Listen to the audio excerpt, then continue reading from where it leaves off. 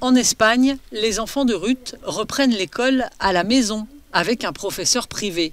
Ruth a décidé de ne pas scolariser ses enfants cette année. Elle craint qu'ils ne soient renvoyés chez eux dès qu'ils développeront des symptômes du Covid-19 et elle ne peut pas se permettre d'être en quarantaine et risquer de perdre son emploi.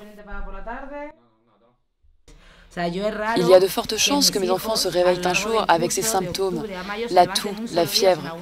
Je dois chercher une alternative qui n'affectera pas mon travail et bien sûr qui ne compromettra pas l'éducation de mes enfants.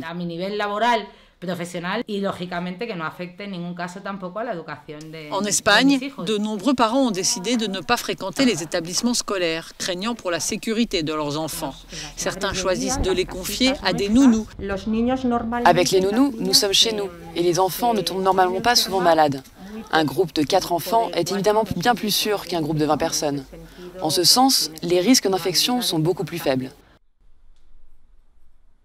Mais les autorités espagnoles avertissent les parents. L'enseignement à domicile n'est pas autorisé en Espagne et tous les enfants doivent se rendre à l'école.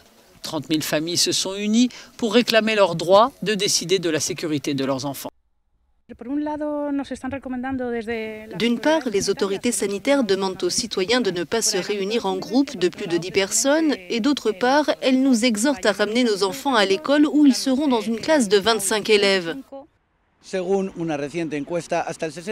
une enquête récente, 60% des parents sont réticents à laisser leurs enfants retourner à l'école en septembre. Ils estiment qu'il n'existe aucun plan crédible pour qu'ils retournent en classe en toute sécurité, juste quelques jours avant la rentrée. Les syndicats de Madrid ont appelé à la grève jusqu'à ce que la sécurité des enseignants et des élèves soit garantie. Les structures que nous avons mises en place ne sont pas suffisantes. Il n'y a pas assez de personnel médical dans les écoles. Les masques ne sont pas non plus arrivés pour les enseignants. Avec un taux de 400 infections pour 100 000 personnes, Madrid est bien au-dessus des recommandations de l'OMS pour un retour à l'école en toute sécurité.